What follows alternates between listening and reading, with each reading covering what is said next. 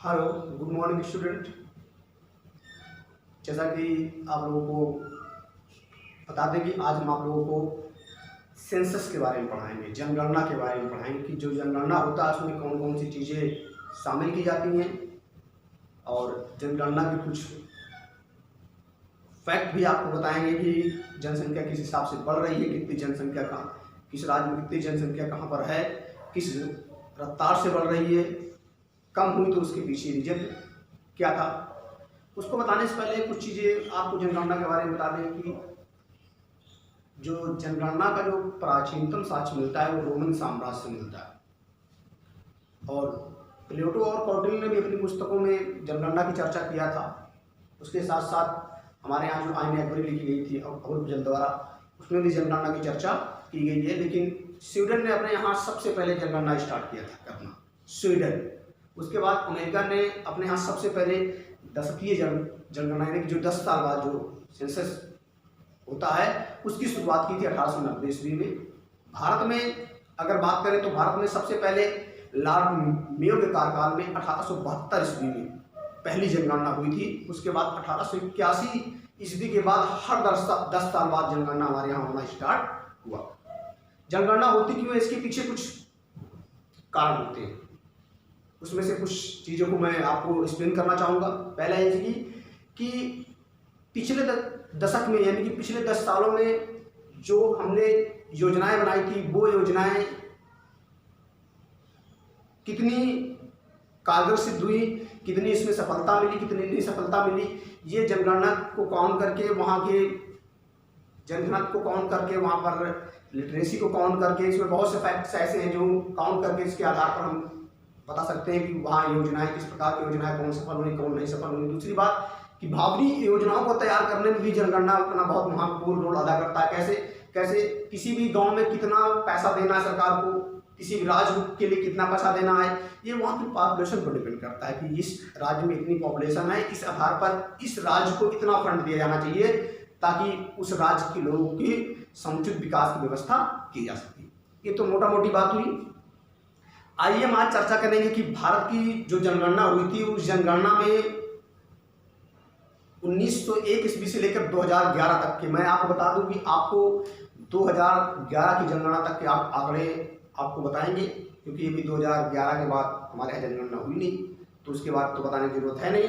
लेकिन 2011 तक के आपको आंकड़े बताएंगे और बताने के साथ साथ आपको ये भी बताएंगे कि जनगणना किस रफ्तार से बढ़ रही है उस और कहाँ पर कुछ कमी आई, कमी आने के पीछे क्या कारण थे, इसकी चर्चा भी हम करेंगे। आइए चलिए हम फैक्ट की तरफ चलते हैं। जैसा कि ये ईयर है, ईयर और ये पॉपुलेशन है। ईयर यानी कि ये सन वाला ये लाइन है और ये पॉपुलेशन है कि ये पूरी जनसंख्या लिखना यहाँ थोड़ा सा संभव नहीं था, इसलिए मैंने पूरा पॉइंट करके अप्रॉक्सिमेटली समथिंग में करके लिख दिया है। और ये उसका जो डिकेड ग्रोथ है, दशकीय वृद्धि के हर 10 साल बाद जनसंख्या किस परसेंटेज से आगे बढ़ती है। आइए देखते हैं कि 1901 ईस्वी में भारत की जनसंख्या जो है वो 23 करोड़ 82 लाख थी। उसके बाद 1911 ईस्वी में यानी कि 10 साल बाद हमारे यहाँ जनसंख्या 25 करोड़ 20 लाख पहुंच गई। कितना ग्रोथ हुआ, यानी कि 5.75%, यानी कि 1901 से लेकर के और 1911 के बीच में कितना जनसंख्या बढ़ी, कितनी परसेंट, 5.75%। उसके बाद 1911 से लेकर 1921 में जनसंख्या यहाँ पर कम हो गई। आप देखिए कि यहाँ पर 25 करोड़ 20 लाख है, यहाँ पर 25 करोड़ 13 लाख हो गई, जनसंख्या कम हो गई। भारतीय जनगणना के इतिहास में पहली बार ऐसा हुआ कि जनसंख्या कम हुई। जनसंख्या कम होने के साथ साथ जो दशकीय वृद्धि थी वो भी प्लस में जाने के बजाय माइनस में चली गई। आप देखिए यहाँ पर 5.75% ग्रोथ रेट है और यहाँ पर -0.31% ग्रोथ रेट है, यानी कि माइनस में चली गई। इसीलिए कहा जाता है कि जो 1921 की जो जनगणना थी उसको भारतीय जनगणना के इतिहास में ग्रेट डिवाइडेड कहा जाता है। क्या कहा जाता है? ग्रेट डिवाइडेड पॉपुलेशन, ठीक है ना। यानी कि जनसंख्या का महान विभाजन किसको?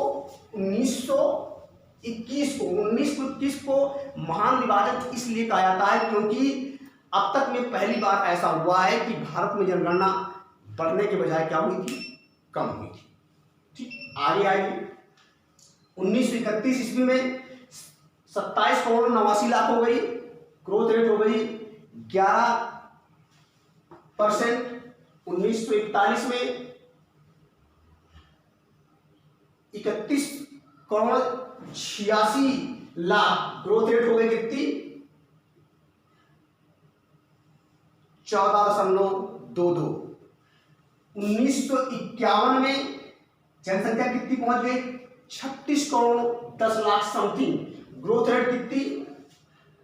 13.31। अब आप देखिए यहां पर ग्रोथ रेट बढ़ने के बजाय ग्रोथ रेट कम हुई।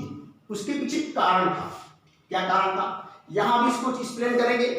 यहां भी इसको एक्सप्लेन कर रहे हैं कि 41 के बाद जनसंख्या का जो दशकीय वृद्धि था वो कम हुआ।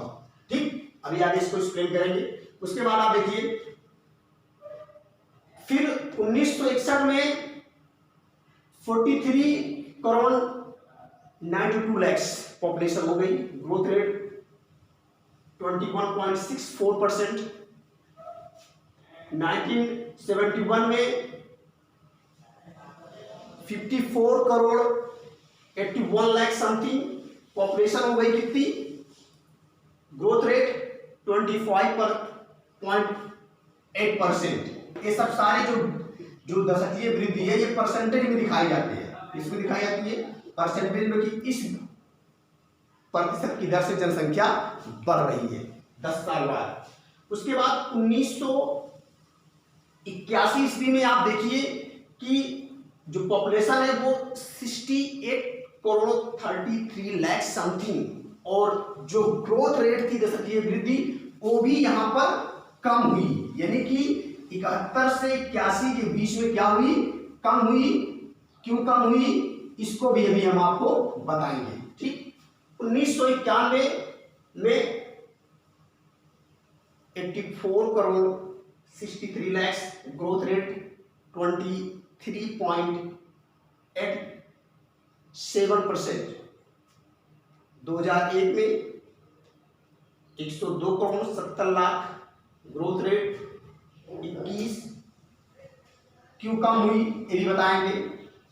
2011 की जनगणना में जनसंख्या 121,07,00,000 समथिंग। ठीक, ग्रोथ रेट 17.74 कम हुई। क्यों, इसके बारे में हम आपको एक्सप्लेन करके बताएंगे। चलिए आइए यहां पर इसको ग्रेट डिवाइडेड क्यों कहा जाता है इसके बारे में चर्चा करते हैं। देखिए कहा जाता है कि हर 100 साल बाद दुनिया के सामने महान आपदा आती है महामारी के रूप में, और आने के बाद लाखों करोड़ों लोग जो है अपनी चपेट में ले लेती है। यानी कि लाखों करोड़ों लोग जो है मर जाते हैं। इसी प्रकार जैसे आज पूरी दुनिया में कोरोना का प्रकोप बढ़ा हुआ है, पूरी दुनिया में भय का माहौल है, लोग डरे हुए हैं, सोशल डिस्टेंसिंग को फॉलो कर रहे हैं कि कोई सब हर व्यक्ति डरा हुआ है, ये समझ रहा है कहीं मुझे ना हो जाए। इसलिए सरकारें के साथ साथ व्यक्ति खुद भी अवेयर है, साफ सफाई का विशेष ध्यान रख रहा है। उसी प्रकार 1918 ईस्वी में याद रखिए स्पेनिश फ्लू, जैसे स्वाइन फ्लू होता है वैसे एक स्पेनिश फ्लू आया था 1918 ईस्वी में। माना जाता है कि इस फ्लू के आने के कारण लगभग 1,70,00,000 से लेकर 5 करोड़ तक लोग जो है मौत हो गई थी। अब समझिए कि इतना इतनी बड़ी महामारी थी कि काफ़ी लोग जो है इस महामारी की चपेट में आने से अपनी जान गंवा चुके थे। उसी का परिणाम हुआ कि भारत में ये महामारी अपने विकराल रूप में थी। माना जाता है कि इस महामारी की वजह से भारत में 125 करोड़ लोग अपनी जान गंवा चुके थे। इस वजह से जनसंख्या जो है क्या हो गई, यहाँ पर माइनस में हो गई, प्लस में होने की बजाय यानी बढ़ने के बजाय जनसंख्या क्या हो गई, कम हो गई। भारतीय जनगणना के इतिहास में मैं बार बार रिपीट कर रहा हूँ कि पहली बार ऐसा हुआ कि जनसंख्या जो है बढ़ने के बजाय क्या हुई, कम हुई। आप साफ साफ देखिए 25 करोड़ 20 लाख से 25 करोड़ 13 लाख पहुंच गई जनसंख्या। ग्रोथ रेट भी आप देखिए कि यहाँ पर प्लस में होता है, माइनस में चली जाती है ग्रोथ रेट। इसके पीछे क्या कारण था, 1918 ईस्वी में स्पेनिश फ्लू, जिसके कारण जो है पूरी दुनिया में लगभग 1 करोड़ 70 लाख से लेकर 5 करोड़ लोग तक मरे थे, जिसमें से कह रहा है कि 125 लाख लोग जो है सिर्फ भारत में इतने लोगों की मृत्यु हुई थी। उसके बाद जनसंख्या कम कब होती है, 41 से लेकर के 51 के बीच में। क्यों कम होती है इसके बारे में बताते हैं आपको। देखिए भारत में 1943-44 में भीषण अकाल पड़ा था। आप समझिए कि इतना बड़ा अकाल पड़ा हुआ था कि लोग खानों के लिए तरस रहे थे और लोग भूखे मर जा रहे थे, लोगों की हड्डियां सूख गई थी। आदमी जो है ऐसा महसूस कर रहा था कि उसके पास खाने के लिए कुछ भी नहीं है। माना जाता है कि इस अकाल की वजह से बंगाल, बिहार और उड़ीसा में बड़े स्तर पर एक महामारी का रूप धारण कर लिया था, जिसमें कम से कम 30 लाख लोगों को अपनी जान गंवानी पड़ेगी। 30 लाख लोग कम नहीं होते, बहुत संख्या होती उस समय की अपेक्षा। आप समझिए कि जनसंख्या यहाँ कम हो गई। क्या हुई, कम हुई। यही कारण है कि 1941 के बाद जब 1951 में जनगणना हुई तो जो दशकीय वृद्धि थी वो आप देखिए कम हो गई। कम होने के पीछे क्या हुआ, कारण ये हुआ कि बंगाल, बिहार, उड़ीसा में बड़े स्तर पर अकाल पड़ा हुआ था, ठीक है ना। इस वजह से जनसंख्या क्या हो गई, कम हो गई। उसके बाद कम कहाँ हो रही है, 71-81 में देखिए यहाँ 24.80% ग्रोथ रेट है, और जो आगे चलिए क्या हो जाती है 22.6% ग्रोथ रेट कम हुई। क्यों कम हुई इसके बारे में बताते हैं। आपको बता दें कि पूरी दुनिया की जो जनसंख्या है, जनसंख्या से संबंधित जो नीति बनती है, वर्ल्ड लेवल पर भी एक संस्था काम करती है जिसको बोलते हैं विश्व जनसंख्या कोष। जनसंख्या कोष। आप समझिए कि भारत में बहुत जनसंख्या जो है बहुत तेजी से बढ़ रही थी। भारत आजाद हो चुका था, आजाद होने के बाद भारत में जो मेडिकल फैसिलिटी थी वो भी, जब हम लोग अगर भारत के जो जननांगीय संक्रमण को देखते हैं तो वहां देखते हैं कि 71 और 81 के बीच में जनसंख्या जो है भारत में विस्फोटक स्थिति में पहुंच जाती है। इस वजह से पूरी दुनिया का ध्यान इस तरफ जाता है कि भारत में अगर इसी रफ्तार से जनसंख्या बढ़ती रहेगी तो भारत जो है एक दिन बहुत बड़ी समस्या अपनी जनसंख्या पर क्रिएट करेगा। इसलिए जो विश्व जनसंख्या कोष, जहां से पैसा भारत सरकार को मिला था अपने यहाँ जनसंख्या को कंट्रोल करने के लिए कि अपने यहाँ जनसंख्या कंट्रोल कर लिए, उस अवधि में जनसंख्या कंट्रोल नहीं हुई। तो आप समझिए कि 1970 के दशक में भारत में नसबंदी प्रोग्राम चलाया गया था। उस समय इंदिरा गांधी की सरकार थी, उसके बाद उनका जो लड़का राजीव गांधी आते हैं। 1975 ईस्वी में 25 जून 1975 ईस्वी में भारत में आपातकाल लागू हो जाता है। कहा जाता है कि ये भारतीय राजनीति में इसको काला दिवस के रूप में मनाया जाता है। आपातकाल का मतलब आप समझ रहे होंगे, अगर आप पॉलिटिकल के स्टूडेंट होंगे तो जानते होंगे। यहाँ पर आपातकाल एक्सप्लेन आपको नहीं करेंगे। सारी सेवाएं बाधित हो गई थी, सारे संचार के साधन, प्रेस पे सेंसरशिप लागू हो गई थी। इस वजह से आप समझिए कि जो ये नसबंदी प्रोग्राम था इसको इतनी तेजी से चलाया गया दुनिया को दिखाने के लिए कि लोगों को जबरदस्ती पकड़ कर उनकी नसबंदी कर दिया कि उसमें कितने लोगों की मृत्यु हो गई थी। इस वजह से भी यहाँ ग्रोथ रेट क्या हो गई थी, कम हो गई थी। उसके बाद आप देखिए फिर 91 से लेकर के 2001, फिर 2011, उसके बाद हमारी थोड़ा सा मेंटलिटी भी चेंज हो जाती है। हम डेमोग्राफिक ट्रांजिशन की तीसरी अवस्था, चौथी अवस्था में जब प्रवेश करते हैं तो हमारी जो एक धारणा है वो भी धीरे धीरे बदलने लगती है। अब हम भी ज्वाइंट फैमिली को प्राथमिकता ना देते हुए न्यूक्लियर फैमिली की तरफ बढ़ने लगते हैं। अब हम भी खुशी खुशी एक या दो बच्चे होते हैं अच्छे कंसेप्ट को फॉलो करने लगे हैं। इस वजह से अपने आप ऑटोमेटिक अब क्या हो रही है, धीरे धीरे हमारे यहाँ जो ग्रोथ रेट है, जो दशकीय वृद्धि है, वो डाउन हो रही। 21 थी 17 हो गई, अब 2021 में जब जनगणना होगी तब देखिए कितना होती है। फिलहाल कमी होने की संभावना है, क्योंकि जिस हिसाब से हम लोग जागरूक हो रहे हैं उस हिसाब से तो जाहिर सी बात है कम होनी चाहिए। बाकी तो जब जनगणना होगी तो वहाँ बताया जाएगा। ये मोटा मोटी खाता है, इसको आप लोग थोड़ा सा नोट डाउन कर लीजिए। में कम होने के पीछे जो रीजन था ये जानना बहुत जरूरी था, ठीक है ना, कि जनसंख्या की ग्रोथ रेट अपने आप क्या था, अपने आप तो जनसंख्या कंट्रोल नहीं हुई। या तो माल्थस के अनुसार या तो पॉजिटिव चेकअप काम करेगा या प्रिवेंटिव चेकअप काम करेगा। तो यहां तो क्या काम किया, यहां पर और यहां पर क्या काम किया, यहां पर पॉजिटिव चेकअप काम किया। नेचर खुद एक्टिव हो गया, नेचर एक्टिव हो गया। महामारी आ गई 1918 ईस्वी में, करोड़ों करोड़ों लोग सो गए। अकाल पड़ गया 1943-44 में, काफी लोग खाना बगैर मर गए। मैंने बताया था ना, माल्थस ने कहा कि जो नेचर है वो अपनी अतिथियों के लिए, सीमित अतिथियों के लिए अपनी मेज सजा के रखा हुआ है, और जो बिना बुलाए आएगा वो फूंको मारा जाएगा। तो ये कंडीशन है, जनसंख्या ज्यादा हुई। कहा जाता है कि इसी समय जो है 1944 में जो है वो द्वितीय विश्व युद्ध चल रहा था। द्वितीय विश्व युद्ध चलने की वजह से हमारे यहाँ प्रोडक्शन कम नहीं हुआ, बल्कि हमारे यहाँ जो बंगाल बिहार से वहाँ से निर्यात किया जा रहा था अनाज, लेकिन फिर भी जो यहाँ के जो लोग निवासी थे उनको खाने के लिए व्यवस्था नहीं, तो उन्हें भूखों मरना पड़ा हुआ था, ठीक है ना। ये आपको संक्षिप्त विवरण मैंने इसके बारे में दे दिया।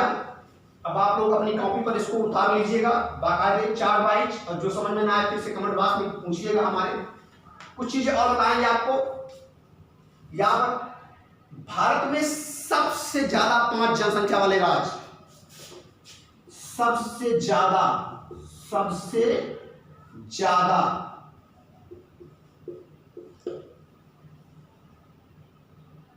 जनसंख्या वाले राज्य, जिसको पहले है उत्तर प्रदेश, महाराष्ट्र, बिहार,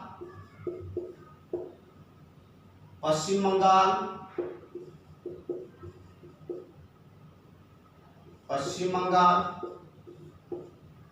आंध्र प्रदेश। आप इसको समझ लीजिए। इसको एक कोड भाषा बनाया हुई है, इसको कुंबा कहते हैं। क्या कहते हैं? कुंबा। U means Uttar Pradesh, M means Maharashtra, B means Bihar, एक बी मतलब वेस्ट बंगाल और ए मतलब आंध्र प्रदेश। कुंबा से याद रखिए 4 सबसे टॉप ज्यादा पॉपुलेशन वाले जो स्टेट इंडिया के अंदर है वो ये। सबसे ज्यादा कहाँ है? उत्तर प्रदेश, उसके बाद महाराष्ट्र, उसके बाद बिहार, उसके बाद पश्चिम बंगाल, उसके बाद आंध्र प्रदेश। सबसे कम लक्षद्वीप,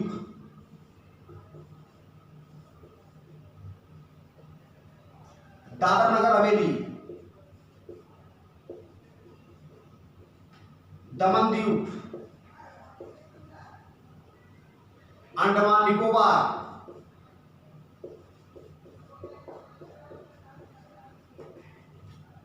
ये सबसे कम, यानी कि सबसे कम जनसंख्या पूरे भारत में कहां पर है? लक्षद्वीप पे। इससे कम जनसंख्या कहीं पर नहीं है, ठीक है ना। लेकिन ये क्या है? ये केंद्र शासित प्रदेश है। फिर भी अगर हम बात करें कि सबसे कम जनसंख्या वाला भारत का जो राज्य वो क्या है, तो हम किसका नाम लेंगे? सिक्किम का। क्या किसका नाम लेंगे? सिक्किम का। सबसे कम जनसंख्या वाला भारत का राज्य क्या है? सिक्किम। अगर सबसे कम जनसंख्या वाला भारत का राज्य या केंद्र शासित प्रदेश आएगा तो क्या बताओगे? लक्षद्वीप। सबसे ज्यादा जनसंख्या वाला राज्य क्या बताओगे? उत्तर प्रदेश, ठीक है ना। सबसे कम जनसंख्या वाला राज्य क्या बताओगे? सिक्किम। एक और इंटरेस्टिंग बात आपको बता दें, इसको नोट डाउन कर लीजिए। इसको अंबा कहते हैं। क्या कहते हैं? अंबा। UMBB और A। यू का मतलब उत्तर प्रदेश, एम का मतलब महाराष्ट्र, बी का मतलब बिहार, एक बी का मतलब वेस्ट बंगाल और ए का मतलब आंध्र प्रदेश। इंपॉर्टेंट है याद करने के लिए, मैंने इसको थोड़ा कोड बना दिया है इसका।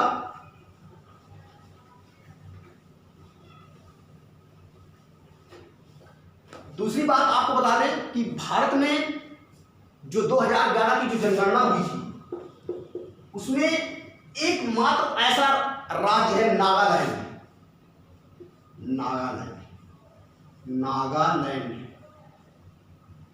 आप लोग नाम जानते होंगे, उत्तर प्रदेश में ही भारत का एकमात्र राज्य है जहां जनसंख्या बढ़ने के बजाय क्या हुई थी, कम हुई थी। जनसंख्या यहां पर घट गई थी।